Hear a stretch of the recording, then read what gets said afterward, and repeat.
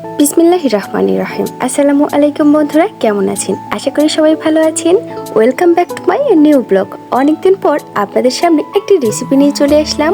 তো আমি রেসিপিটা তৈরি করার জন্য এখানে সমস্ত রকমের উপকরণগুলো নিয়ে নিয়েছি। এখানে মুগ ডাল, মসুর ডাল, আর নিয়েছি কচুরিপানার ফুল, আর কিছুটা ঘাটকুলের মূল নিয়ে নিয়েছি। এটা চাইলে আপনারা স্ক্রিপও করতে পারেন।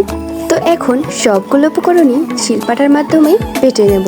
এই যে দেখুন, আমার ছোট বোন এই কাজটা করছে। সে আমাকে অনেক কাজেই হেল্প করে দেয়। তো আজকের রেসিপিটা সেই কিন্তু তৈরি করছে, আমি শুধু ভিডিওটা নিচ্ছি। এই যে দেখুন, উপকরণগুলো বেটে নেওয়া হয়ে গেছে। আর এখানে কিছুটা চালের গুঁড়ো নিয়েছি, কাঁচামরিচ কুচি নিয়ে নিয়েছি। পাকোড়া যদি অনেক বেশি মুচমুচো করতে চান তাহলে কিন্তু চালের গুঁড়ো অবশ্যই দিতে হবে। এই যে এখন চলুন এগুলো হাতের সাহায্যে চটকিয়ে চটকিয়ে মাখিয়ে নেওয়ার পালা। এই যে ফুলগুলো দেখুন, আগে আমি আলাদা করে ফুলগুলো একটু আধা ভাঙা করে মাখিয়ে নিয়েছি। তারপর এখানে মসুরের ডাল দিয়ে দিলাম, মুগ ডাল দিয়ে দিচ্ছি, আর পরিমাণ মতো ঘাটকুলের কিছুটা মূল দিয়ে দিয়েছি, আর পেঁয়াজ কুচি, কাঁচামরিচ সবগুলোই একসাথে মিশিয়ে নেব।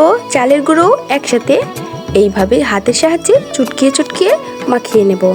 এখন দিয়ে দেবো স্বাদ মতো লবণ আর হলুদের গুঁড়ো দিয়ে ভালোভাবে মাখিয়ে হাতের সাহায্যে একটি সুন্দর শেপ নিয়ে এসে তেলে ভেজে নেব। অবশ্যই কিন্তু পাকোড়াটি পাতলা করে দেবেন, তাহলে দেখবেন ভেতরে এবং বাহিরে ভালোভাবে ক্রিস্পি হবে, মুচমুচে হবে। এই যে ভেজে নেওয়া হয়ে যাচ্ছে।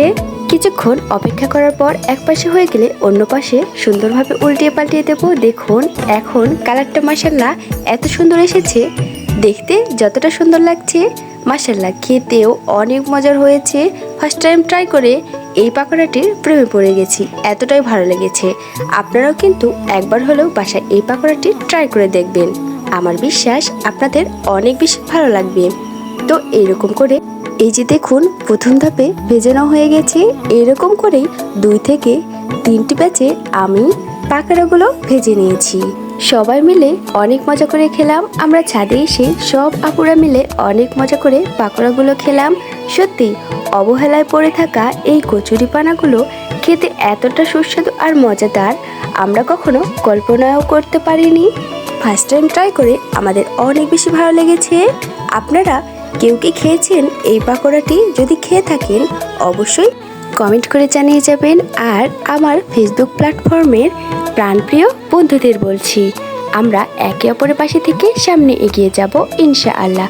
আমার ছোট্ট পরিবারের আপনাদের সবার দাওয়াত রইল, সবাই এসে ঘুরে যাবেন আর ভালোবাসা দিয়ে যাবেন।